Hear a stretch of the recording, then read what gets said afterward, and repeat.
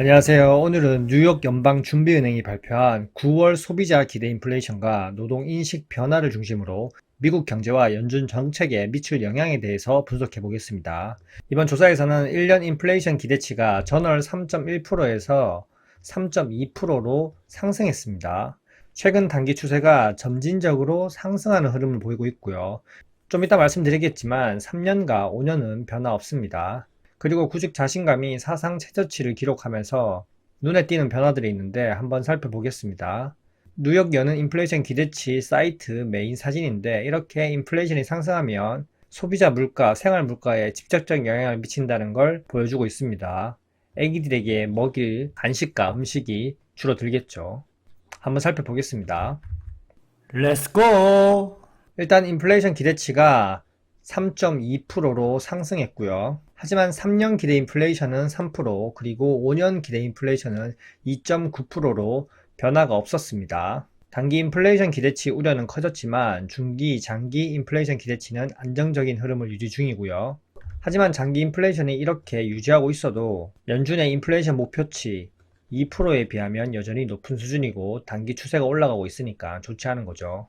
일단 여기 보시면 설문조사에서는 상위 25%와 하위 25% 응답자의 인플레이션 기대치 차이를 통해서 의견 불일치 정도를 측정하고 있고, 1년과 3년 기대에서는 모두 감소했습니다. 하지만 5년 기대 인플레이션은 변화가 없었고요. 의견 불일치 수준이 유지된 상태입니다. 이 말은 단기, 중기 인플레이션 전망에 대해서 불확실성은 줄어들었지만 장기 전망에 대해서 불확실성은 여전함을 보여주는 겁니다. 노동시장에 대해서 한번 살펴보시면 여기 두 번째 문단을 보시면 평균 실업률 기대치, 즉 미국 실업률이 1년 후에 더 높아질 것이라고 생각하는 사람들 1.7%포인트가 상승해서 39.1%를 기록했습니다. 이 말은 12개월 평균인 38.1%보다 더 높은 수준이라는 겁니다. 즉 그만큼 실업률이 증가할 것이라고 생각하는 사람들이 늘어났다는 거고요. 그리고 세 번째 문단을 보시면 향후 12개월 내에 직장을 잃을 거라고 생각한 사람들이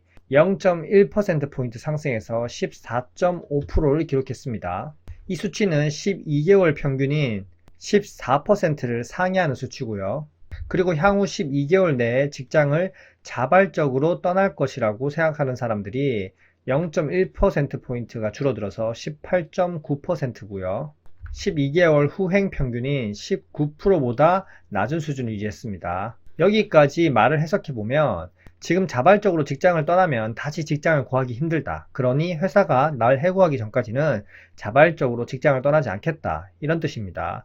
그만큼 기업들이 새로운 고용을 꺼리고 있다는 걸 노동자들도 알고 있다는 거고요. 다음 문단을 보시면 현재 직장을 잃었을 때 3개월 내에 재취업할 수 있다고 보는 응답자 비율이 5.8%포인트가 하락해서 44.9%입니다. 이 결과는 2013년 이후에 해당 조사를 시작한 이래 가장 낮은 수치입니다. 정말 가장 낮은 수치고요. 고용은 악화되고 재취업은 어렵고 실업률이 더 증가할 것이라고 예상하고 있죠. 구직자들이 새로운 직장을 구할 수 있다는 자신감이 그만큼 바닥을 치고 있다는 겁니다. 결국 실업률 상승과 실질적인 실직 위험은 동시에 커지고 있는 모습입니다.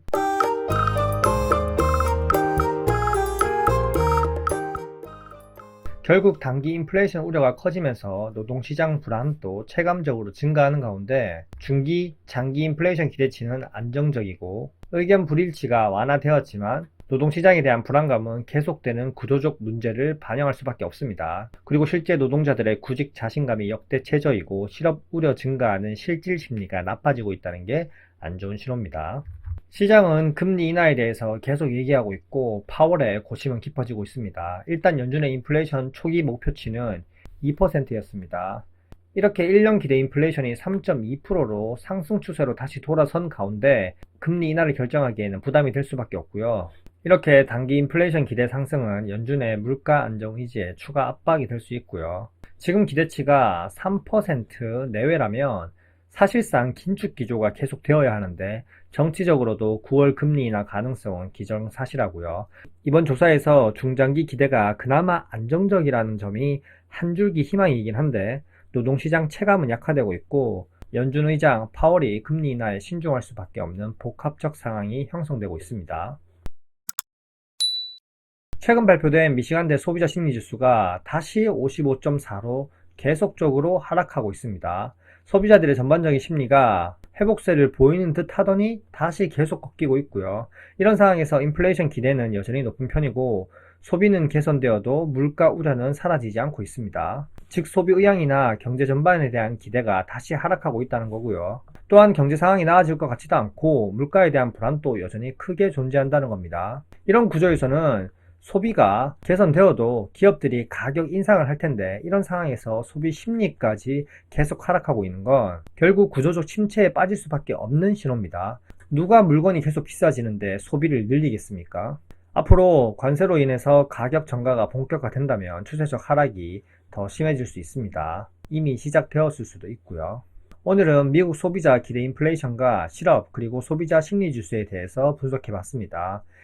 이 수치들은 단순 지표가 아니라 연준의 정책 방향과 시장 심리 전반에 영향을 주는 핵심 요소입니다. 현재까지 내용이 괜찮으셨다면 구독과 좋아요 부탁드릴게요. 안녕.